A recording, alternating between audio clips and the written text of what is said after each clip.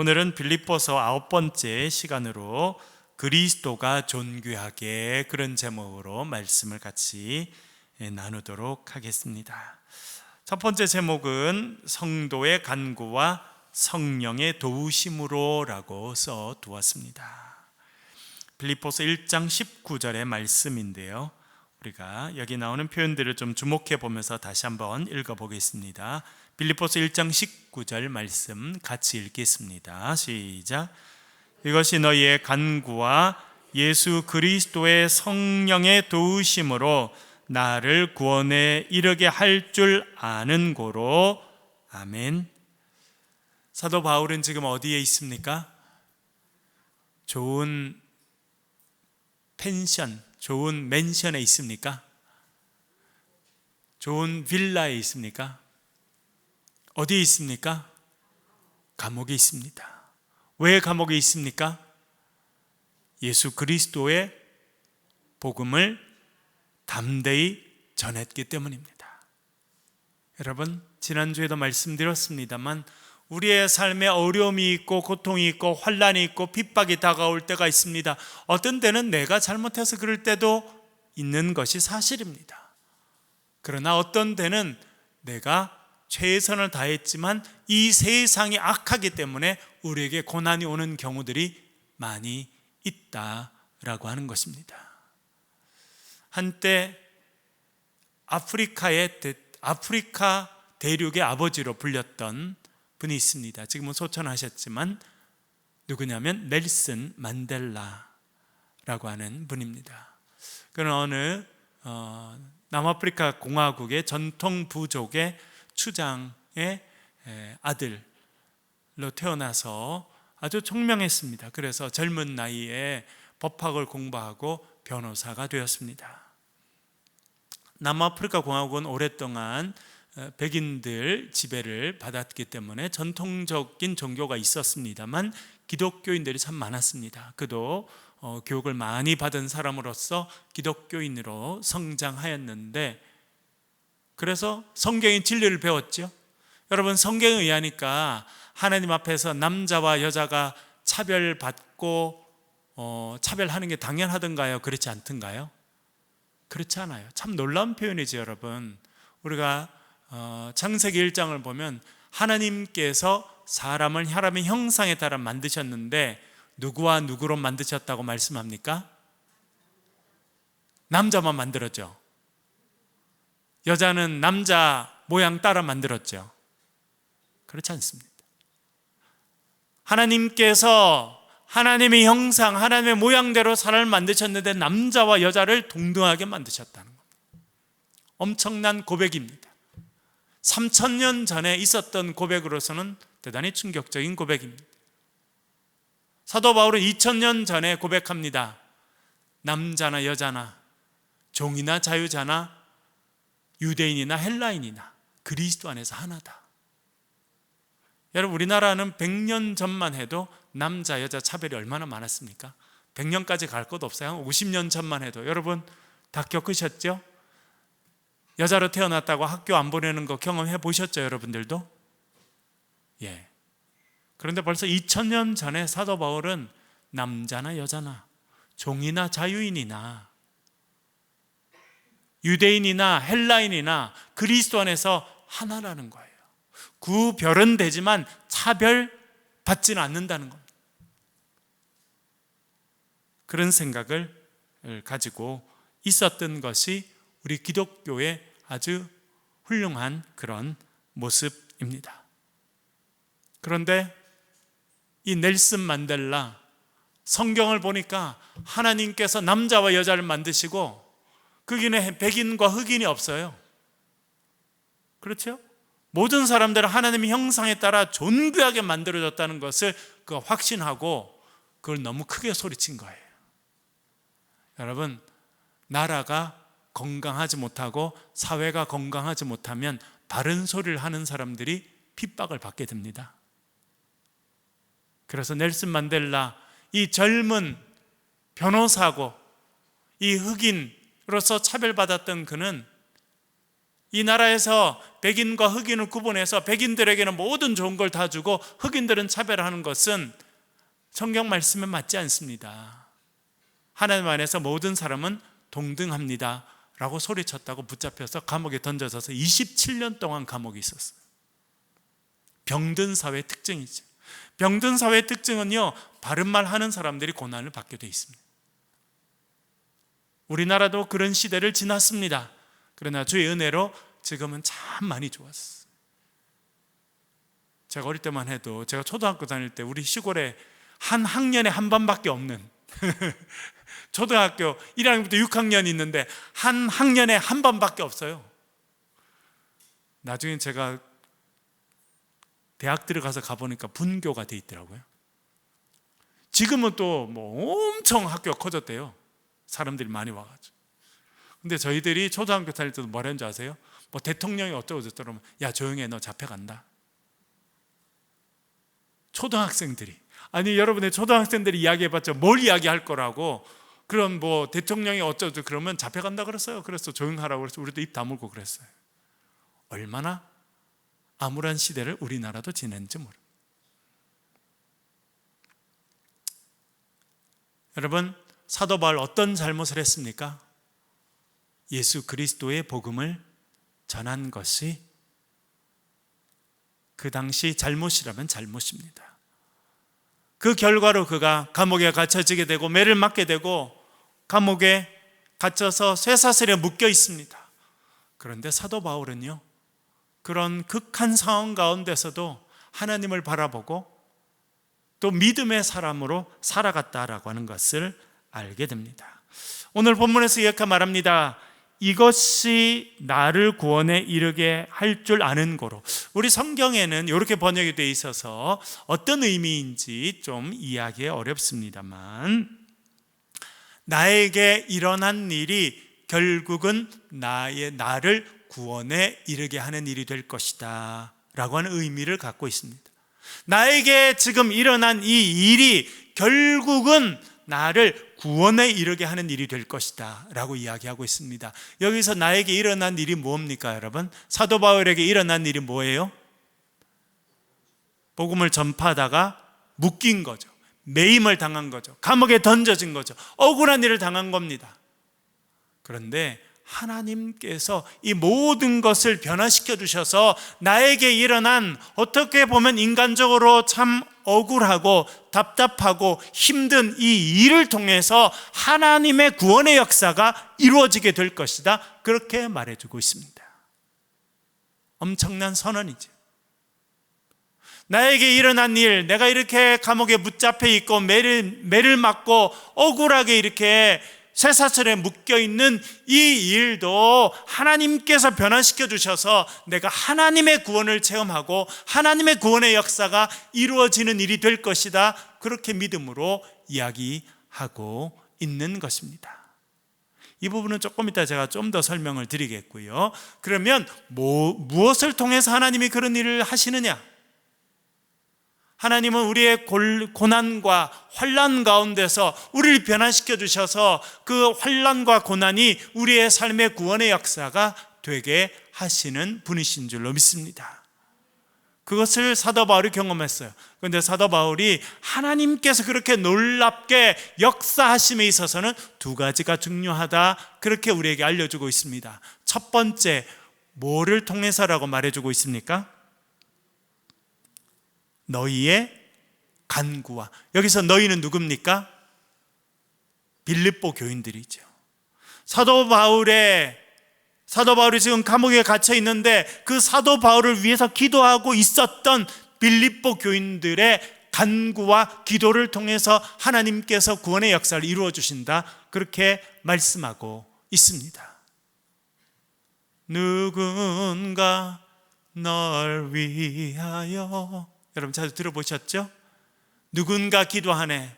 내가 홀로 외로워서 마음이 무너질 때 누군가 너를 위해서 기도한다. 여러분, 오늘 저와 여러분이 이 자리에 있는 것은 누군가 우리를 위해서 기도했기 때문인 줄로 믿습니다. 누가 제일 많이 기도할까요, 여러분? 부모님이. 여기서 우리 부모님 된 분들 자녀를 위해서 기도하세요, 안 하세요? 제가 보면 믿음의 부모님들은 숨이 끊어질 그 순간까지 누굴 위해서 기도하실까요? 자녀예요. 왜냐하면 그게 하나님 주신 제일 큰 사명이기 때문에 그렇습니다. 그 무엇보다도 큰 사명은요, 자녀들을 위해서 기도하고 자녀를 축복하고 자녀를 교육하고 자녀를 하나님의 좋은 사람으로 일꾼으로 세우는 일, 그것은 부모에게 주어진 최고의 사명입니다. 그래서 그 일을 위해서 기도하는 거예요. 그것은 너무나 아름다운 일이고, 그렇게 기도하는 부모님이 있는 자녀들은 얼마나 복된 자녀인지 모릅니다. 여러분들은 혹 기도하는 부모님을 부모님으로 만나지 못하셨을 수도 있습니다.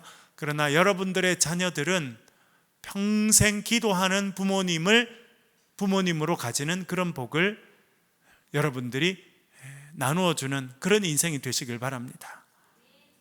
기도하고 계시죠, 여러분? 얼마나 중요한지 모릅니다.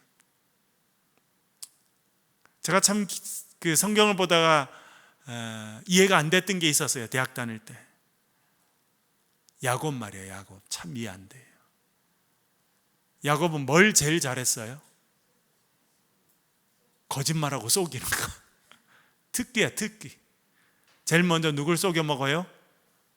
형 속여 먹죠. 형 배고픈 줄 알고, 야, 형 장자권 주면 내가 팥죽 한 그릇 줄게. 그래서 참 장사 잘해요. 그렇죠? 팥죽 한 그릇, 따뜻한 팥죽 한 그릇 주고 장자의 권한. 여러분, 그 당시 장자의 권한이면요, 아버지의 재산뿐만 아니라 아버지의 영적인 축복권도 장자가 받는 거예요. 그 모든 거를 팥죽 한 그릇에 탁 갖고 옵니다. 완전 불법은 아니죠. 왜? 팥죽이라도 한 그릇 줬으니까. 근데 더 큰 불법은 누구한테 저질러요? 아버지한테. 그렇게 하지 말아야 되잖아요. 아버지 지금 나이 드시고 눈 어둡다고 형 옷 입고 들어가가지고, 그렇죠? 형은 또 털이 많으니까 염소털 온몸에 붙여가지고 아버지한테 거짓말로 형인 척하고 들어가서 아버지를 속여요. 그걸 기도받습니다. 저는 대학 다닐 때 진짜 이해가 안 되더라고요. 이렇게 잘못된 방법으로 기도를 받는 것도 가능한가? 가능해요, 안 가능해요? 그렇게 여러분들 하실 마음이 있어요, 없어요? 하여튼 이거는 여전히 기도 제목이에요. 여전히 잘 풀어야 되고 해석해야 될 부분이. 그런데 여러분, 놀라운 것을 말하는 게 있어요. 거기서 뭡니까? 아버지가 둘째 아들이 들어왔는데 자기가 좋아하는 첫째인 줄 알고 그 자기의 평생의 축복의 기도를 아버지가 모르고 해줘요. 사실은 쏟고 해주는 거잖아요. 쏟고 해주는데도 그 아버지의 입에서 나오는 기도는 그대로 이루어집니까? 안 이루어집니까? 이건요, 엄청난 사건이고 엄청난 일이에요.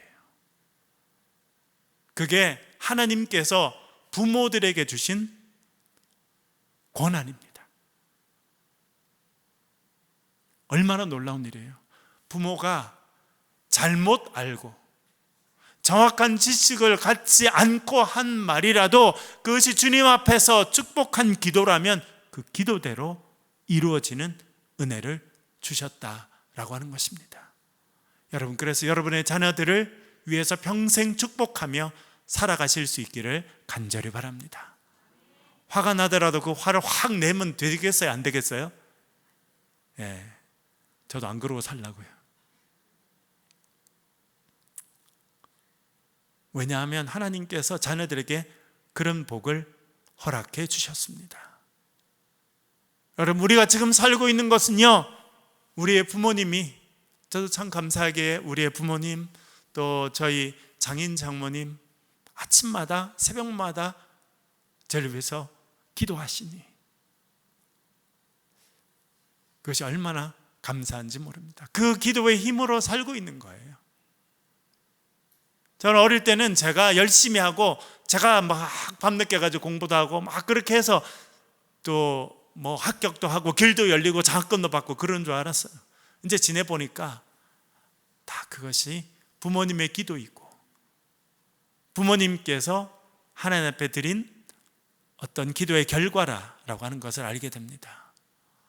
여러분, 여러분의 자녀들은 평생 기도하는 부모를 가지는 그런 복을 누리는 인생이 되실 수 있기를 바랍니다.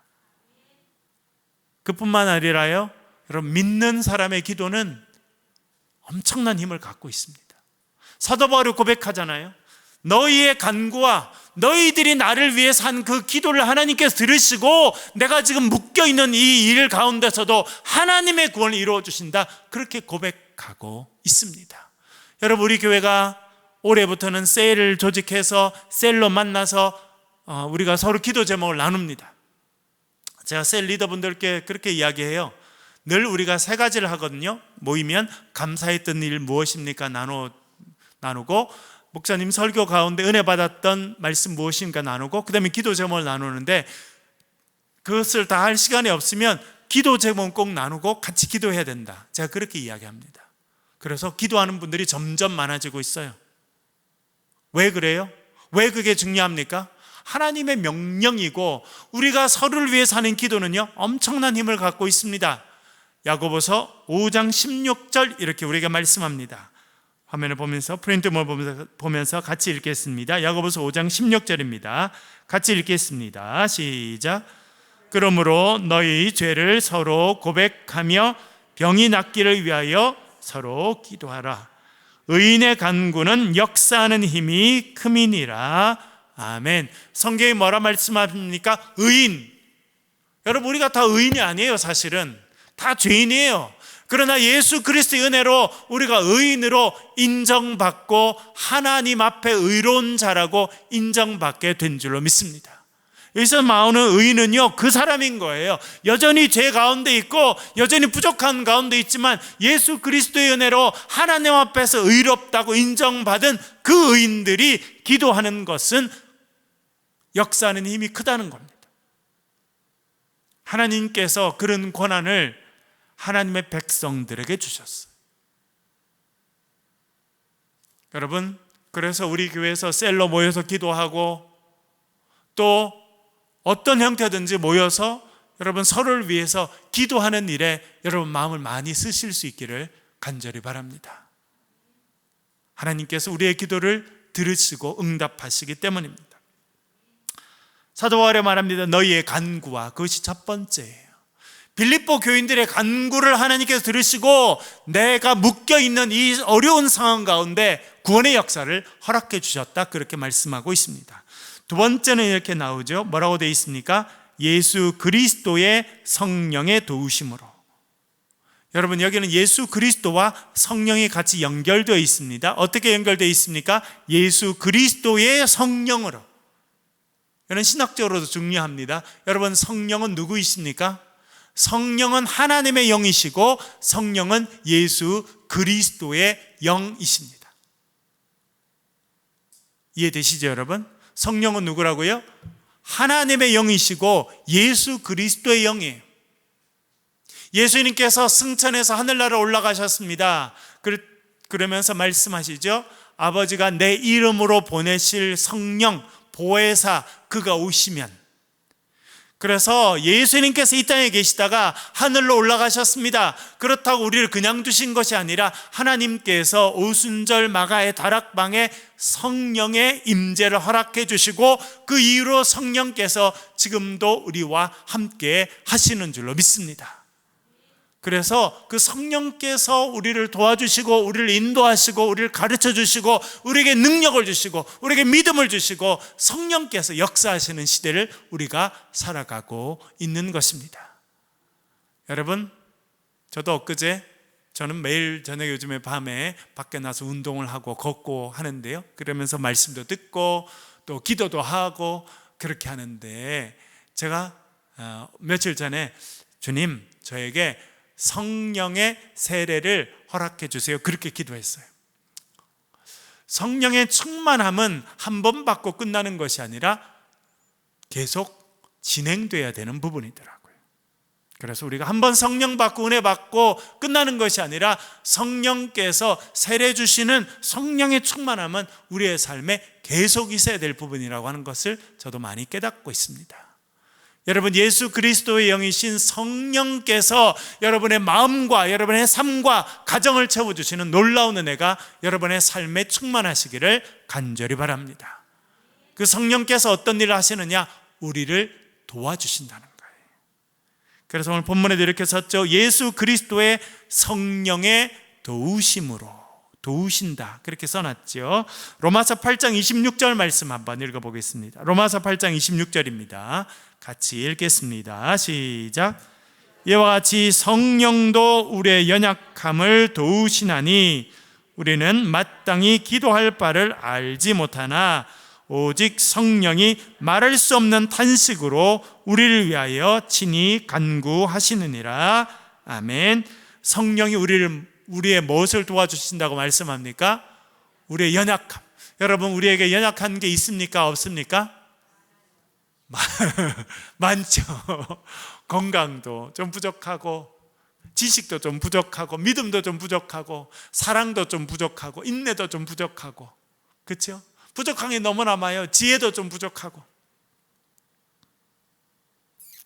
저는 대학 다닐 때 교수님들 보면서 아주 신기하다고 생각해서 어떻게 미국이나 독일 이런 데 가서 박사학위를 받았을까. 그리고 대학 1학년, 2학년 때는 생각했어요. 박사학위를 받으면 거의 다 신학 관련된 부분은 다 알게 되지 않을까 생각했어요. 제가 박사학위를 결국 받게 됩니다. 뭘 깨닫게 됐을까요? 모르는 게 너무 많다는 걸 깨닫게 됐어요. 그렇지 않나요, 여러분? 모르는 게 너무 많다는 걸. 오랫동안 공부를 하고 최선을 다해서 했는데 눈을 뜨고 보니까 모르는 게 너무 많다는 것을 알게 되는 게 어떻게 보면 박사가 되는 일이더라고요. 우리의 삶이 그래요, 여러분. 연약한 게 많습니다. 어떤 사람은 겉으로 보면 저 사람 부족한 게 별로 없어 보인다. 저는 목회를 하니까 여러 다양한 사람을 만나보게 되잖아요. 어떤 때는요, 겉으로 보면, 사회적으로 보면 별로 부족한 것이 없어 보이는 그런 분들 가정에도 신방 가서 제가 기도 제목을 물어보고 이렇게 할 때가 있는데, 그런 분들도 부족한 게 있을까요, 없을까요? 보통 사람보다 더 많더라고요. 왜요? 더 많이 알게 됐기 때문에 자기가 더 모르는 게 많고 더 가진 게 적다는 것을, 상대적인 박탈감, 그런 것들을 더 많이 누린다는 것을 알게 됐어. 신기하죠, 여러분? 그래서 우리는 다 연약할 수밖에 없어요. 그런데 우리 연약함을 도와주시는 분이 있습니다. 그분이 누구이십니까?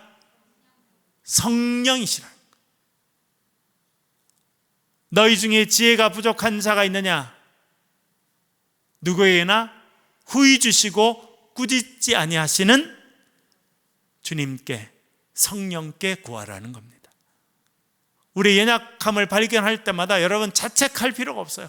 나는 이것도 왜 못해, 저것도 못해요. 그게 아니라 성령님, 제가 이런 연약함이 있습니다. 오셔서 저를 도와주십시오. 오셔서 저에게 지혜를 주시고 건강을 주시고 판단력을 주시고 힘을 주시고 은혜를 베풀어 주시고 주님 나를 도와주시옵소서라고 기도하는 지혜가 있으시길 간절히 바랍니다.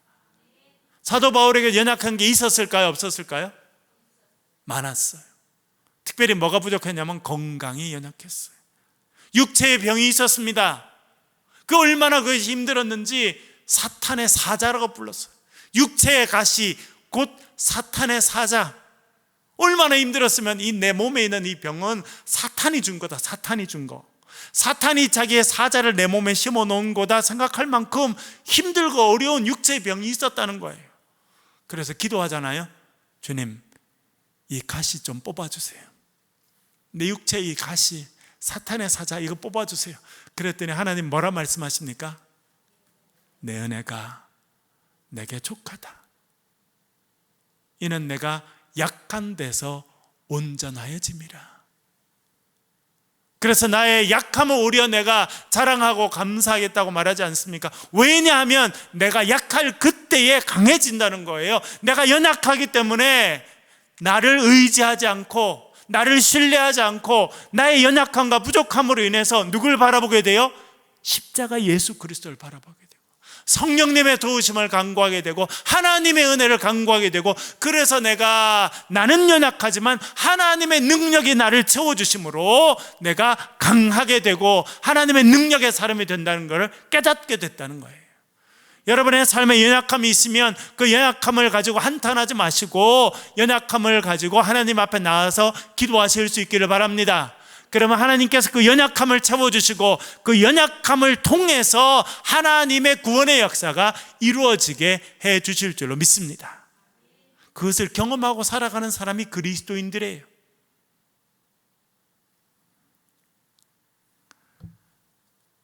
그리고 그리스도인들은 어떤 사람이냐? 사도 바울이 오늘 고백하죠. 너희의 간구와 예수 그리스도의 성령의 도우심으로. 두 가지 말씀드렸죠. 우리의 삶의 어려움과 환난과 고난이 하나님의 구원의 역사로 바뀌는 일들이 있게 되는데 두 가지가 중요합니다. 간구, 누군가 우리를 위해서 기도해 줘야 돼요. 여러분들도 누군가를 위해서 기도하는 인생으로 살아가실 수 있길 바랍니다. 그러면 여러분이 기도하는 그 인생이 환난 가운데서 하나님의 구원의 역사를 경험하게 될 것입니다. 또한 두 번째는요, 성령님의 도우심이 필요해요. 그래서 우리가 날마다 기도해야 됩니다. 내 연약함을 발견할수록, 나의 부족함을 발견할수록, 어려움이 생길수록 하나님 나를 도와주세요, 성령님 나를 도와주세요 라고 기도해야 된다는 거예요. 이 두 가지 성도의 기도와 성령님의 도우심을 통해서 하나님께서 나에게 구원의 은혜를 베풀어 주신다는 거예요. 나에게 일어난 이 불행하고 힘든 일을 하나님께서 구원의 역사로 바꿔주신다, 그렇게 고백하고 있습니다. 이것은 사도 바울의 고백일 뿐만 아니라 구약의 위대한 인물인 요셉의 고백이기도 합니다. 창세기 50장 20절 21절 한번 읽어보겠습니다. 50장 20절 21절 같이 천천히 읽어볼게요. 시작. 당신들은 나를 해하려 하였으나 하나님은 그것을 선으로 바꾸사 오늘과 같이 많은 백성의 생명을 구원하게 하시려 하셨나니 당신들은 두려워하지 마소서. 내가 당신들과 당신들의 자녀를 기르리이다 하고 그들을 간곡한 말로 위로하였더라. 아멘. 여러분, 이 일은 다 잘 아시죠? 형들이 동생이 미웠어요. 꼴 보기 싫었어요. 왜? 동생은 꿈의 사람이니까. 여러분, 꿈의 사람은, 꿈이 없는 사람은 꿈이 있는 사람을 따라하지 않고 싫어합니다. 참 재밌어요.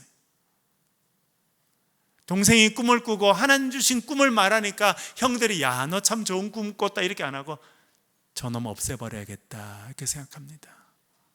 그래서 기회가 찾아와서 그 꿈꾸는 동생을 팔아버렸잖아요. 그래서 그 꿈이 끝났다고 생각했어요. 그러나 여러분, 여러분이 가진 꿈이 하나님 주신 꿈이라면 그 꿈은 반드시 이루어지게 될 줄 믿습니다. 대신 시간이 좀 걸려요. 그리고요, 그 꿈이 믿음의 단계를 거쳐야 결과를 맺기 때문에 약간의 고난이 다가오게 돼 있습니다. 신기하죠? 우리는 그냥 편안하게, 그냥 하나님 주신 꿈을 받으면 그냥 편안하게 그냥 탄탄대로를 달리다가 열매를 맺으면 좋을 것 같은데요, 절대 그런 일은 없어요. 하나님 주신 꿈의 크기가 크고 하나님께서 나를 사용하시는 일이 클수록 고난의 크기가 커지게 돼 있어요. 그래서 그 고난을 통해서 나의 연약함을 깨닫고 하나님을 바라보게 하시고 내 능력이 아니라 하나님의 능력으로 이루어짐을 입술로 고백하고 삶으로 고백하는 그 순간에 되면 하나님께서 들어서 사용하시잖아요. 그래서 부잣집 아들이었다가 노예 시장에 팔리는 노예가 됩니다. 보디발의 집에 들어가서 열심히 일을 했어요. 근데 또 억울한 일을 당합니다. 마님이 유혹하고, 그래서 그 유혹을 믿음으로 이기려고 하다가 이제는 감옥에 던져져요. 종이 된 것도 억울한데 이제는 어두컴컴한 감옥에 던져지는 죄수의 인생이 되었습니다. 그러나 그 모든 것이 하나님께서 그를 구원으로 인도하시고 그를 통해서 그의 아버지와 형들과 만민의 생명을 구원하시기 위한 놀라운 섭리의 길이었다고 하는 것을 그는 나중에 깨닫게 됩니다. 그래서 결국 애굽의 바로 앞에 가서 꿈을 이야기하고 애굽의 총리가 되잖아요, 여러분. 그런데 그때 꿈이 이루어집니다. 자기 형들이 곡식을 사러 와서 자기 앞에 머리를 다 숙이잖아요. 자기가 어릴 때 꿈꾸었대. 형들이랑 같이 이렇게 추수를 하는데 자기가 묶은 단은 가운데 쓰고 형들이 묶은 단이 다 이렇게 절하는 거, 그걸 이야기하고, 형들은 그 꿈을 없애버리려고 그렇게 했는데 어떻게 됐습니까? 꿈이 현실이 됐죠, 여러분. 그가 꿈의 그릇을 가지고 고난을 통해서 믿음의 그릇을 만들었더니 그것은 삶의 현실이 된 거예요. 그런데 요셉이 그런 모든 과정을 거치면서 그는요, 형들하고는 차원이 다른 어떤 인물이 되게 됩니다. 그래서 이런 말이 나오죠. 형들은 불안한 가운데 있었어요. 왜? 딱 자기 수준으로 요셉을 보니까, 사람들은 다 자기 수준으로 딴 사람을 판단하게 돼 있거든요. 그래서 형들 수준에 보니까, 저 요셉이 옛날에 우리가 쟤를 죽이려고 했으니까, 이제 요셉이 고난을 가졌으니까 우리가 죽게 생겼구나. 그런데 아버지가 보호막이다. 아버지가 살아있을 때는 우리를 죽이지 않겠지 생각했어요. 그런데 아버지가 돌아가십니다. 그랬더니 진짜 큰일 났잖아요. 그래서 요셉한테 가서 자기들 제발 죽이지 말라고 빕니다. 자기 수준으로 생각하니까요. 왜? 자기들이 힘이 있을 때 동생 죽이려고 했잖아요. 이제 동생이 힘을 가졌으니 동생이 우리를 죽이겠다고 생각했습니다.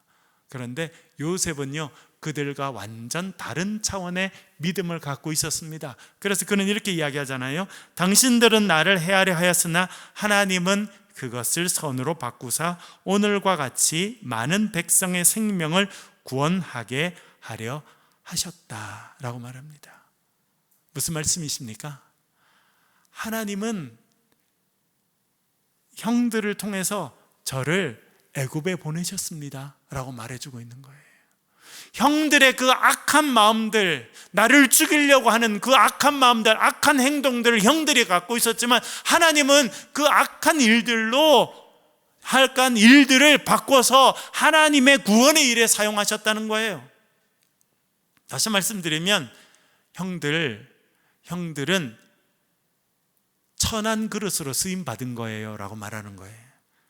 우리가 지난번에 디모데후서 2장 20절 배웠죠. 큰 집에는 금그릇도 있고 은그릇도 있고 질그릇도 있고 나무그릇도 있는데 어떤 그릇을 하나님이 사용하신다는 거예요? 깨끗한 그릇을. 그런데 그 많은 그릇 가운데 어떤 그릇은 귀한 그릇으로 쓰임받고 어떤 그릇은 천한 그릇으로 쓰임받는다, 그렇게 말씀이 되어 있죠, 여러분. 이 형들은 어떤 그릇으로 쓰임받은 거예요? 천한 그릇으로. 왜? 악한 의도를 갖고 살았기 때문에. 그러나 하나님은 그 악한 의도도 바꾸시는 거예요. 그래서 귀하게 쓰는 사람도 있고 천하게 쓰는 사람도 있어요. 보니까 그래요. 교회 안에도 그렇고 우리 사회에도 그래요. 자기는 되게 선한 그릇을 쓰임받고 있다고 다 생각하고 있는데 멀리 보면 어떤 사람은 정말 귀한 그릇을 쓰임받는 거고 어떤 사람은 좀 천한 그릇을 쓰임받는 게 아닌가, 그런 생각을 하게 됩니다. 적어도 성경에 보면 요셉의 형들은 그렇게 천한 그릇을 쓰임받은 거예요. 그러나 저러나 쓰임받았어요.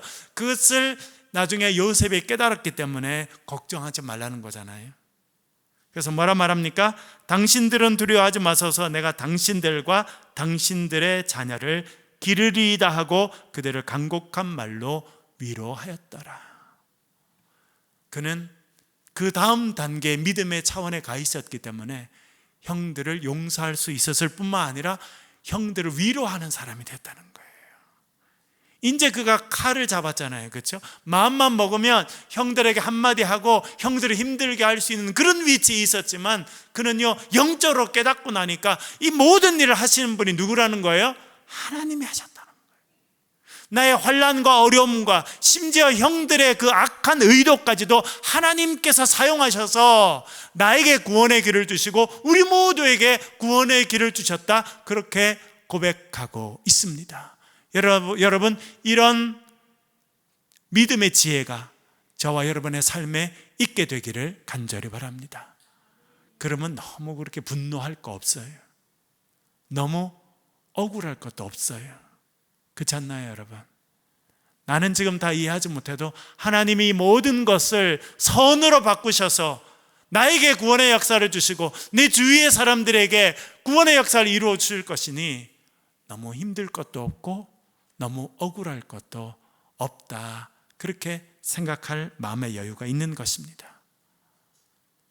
사도 바울은 왜 그렇게 고백했을까요?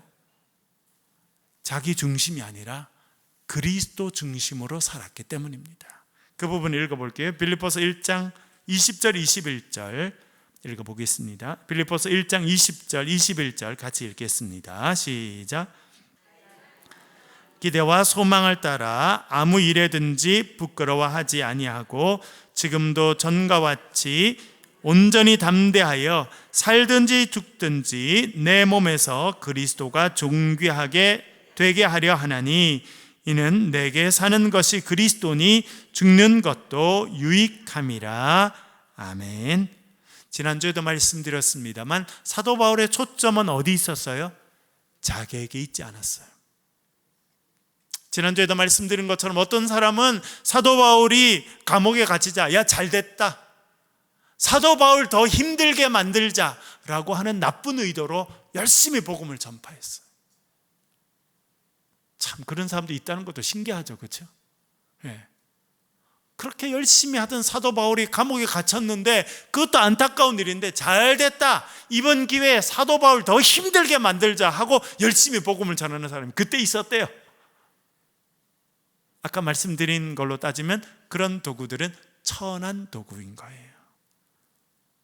천이 쓰시는, 쓰임받지 않는 건 아닙니다. 쓰임받기면 쓰임받아요. 귀한 그릇으로 쓰임받지 못할 뿐이죠. 그런 사람들이 있었어. 근데 사도 바울은 뭐라 말합니까?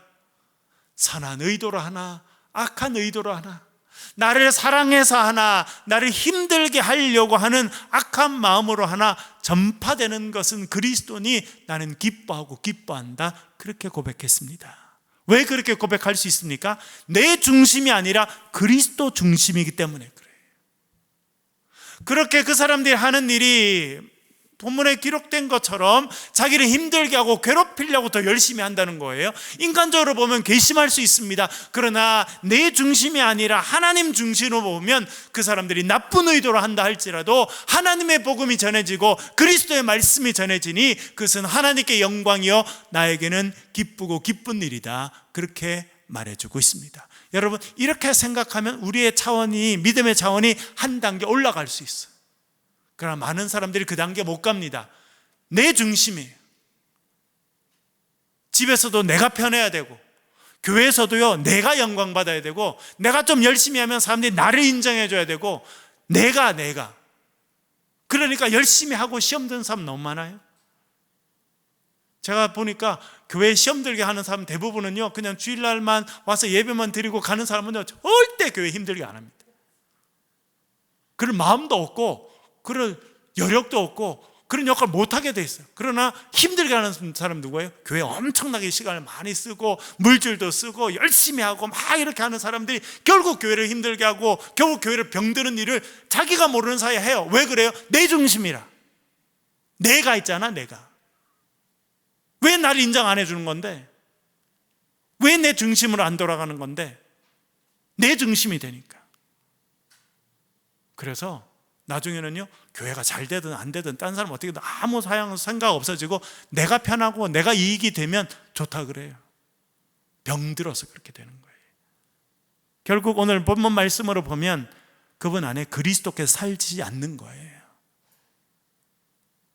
교회에 나와 있지만 그리스도가 살지 않기 때문에, 그리스도가 존귀하게 되길 바라고 살아야 되는데 그리스도가 존귀하게 되는 건 별로 중요하지 않아요. 내 이익에 챙기는 게 제일 중요하니까. 그런 사람으로 인해 사회도 병들게 되고 교회도 병들게 되고 가정도 병들게 되는 거잖아요, 여러분. 사도 바울이 뭐라 말합니까? 살든지 죽든지 내 몸에서 그리스도가 존귀하게 되게 하려 하나니 이는 내게 사는 것이 그리스도니 죽는 것도 유익함이라. 사도 바울 안에는 누가 살고 있다는 겁니까? 자기의 욕심이 아니라, 자기의 계획이 아니라, 자기의 욕망과 자기의 영광이 아니라 그리스도께서 사신다는 거예요. 그래서 내가 어떻게 되든, 내가 살아도 감사하고 죽어도 감사하고, 그리스도만 존귀하게 될 수 있다면, 그리스도만 영광 받을 수 있다면, 나는 감옥에 던져도 감사하고, 밖에 있어도 감사하고, 죽음을 당해도 감사하고, 살아있어도 감사하다, 그렇게 말해주고 있는 것입니다. 그것은 뭘 말하느냐? 그는요, 그리스도 중심의 삶을 살았다는 것입니다. 그러면 그 다음에 신앙의 수준으로 올라갈 수 있는 거예요. 요셉도 마찬가지예요. 성경에 보면 위대한 사람들은요, 다 그렇게 사는 거예요. 내 중심으로 생각하면, 요셉도요, 내 중심으로 생각하면 나를 그렇게 힘들게 하고, 나를 죽으라고 웅덩이에 집어넣고, 나를 은 받고 팔아본 이 형들, 저거 내가 한마디는 해야지, 나한테 잘못했다고 용서는 빌어야 내가 해주지, 이렇게 마음이 될 텐데요, 그게 아니에요. 하나님 중심으로 생각하니까 형들이 몰랐어도 그렇게 천한 도구로 쓰임 받은 거예요. 그들의 수준 정도로 쓰임 받은 거예요. 그랬더니 그 사람들도 별 잘못은 없어 보니까 결국 이 모든 것이 이끌어가는 분은 하나님이시라는 거예요. 그래서 그 형들한테 사과 받을 것도 없고 내가 한마디 할 것도 없는 거예요. 그래서 어떤 마음이 생깁니까? 형들을 위로하는 마음이 생기는 거예요. 그게 그 다음에 믿음의 단계입니다. 사도 바울도 말합니다. 그리스도가 존귀하게 된다면 내가 살든지 죽든지, 그리스도의 복음만 전파된다면 나를 사랑해서 복음을 전하든지, 나를 미워하고 힘들게 하려고 복음을 전하든지, 나는 기뻐하고 기뻐한다 라고 고백하게 되는 것입니다. 여러분, 이런 믿음의 차원으로 성장해 가시는 저와 여러분 되실 수 있기를 간절히 바랍니다. 기도하겠습니다. 우리 오늘 본 말씀을 가지고 기도하겠습니다. 하나님, 성도의 간구와 성령님의 도우심으로 우리의 삶의 어려움이 구원의 역사를 바뀐다는 걸 배웠습니다. 하나님, 우리의 삶에 고난이 있고 어려움이 있습니다. 우리 친척과 우리 셀 가운데, 또 내가 아는 분들 가운데 고난이 있습니다. 우리가 그들 위해서 기도할 때 하나님 우리의 기도를 들으시고 고난의 변에서 구원의 역사가 될 수 있도록 도와주시고, 특별히 우리의 믿음의 그릇을 채워주시고 믿음의 단계를 더 다음 단계로 인도해 주셔서 하나님의 역사를 바라보며 이 땅을 살아가는 믿음의 사람들 되게 도와달라고 기도해 주시길 바랍니다. 특별히 이번 토요일과 주일 아침까지 있는 우리 다음 세대의 캠프 은혜 가운데 잘 진행되도록 기도해 주시길 바랍니다. 우리 소리를 내서 동서로 같이 한번 기도하겠습니다. 기도하십시다. 아버지 하나님,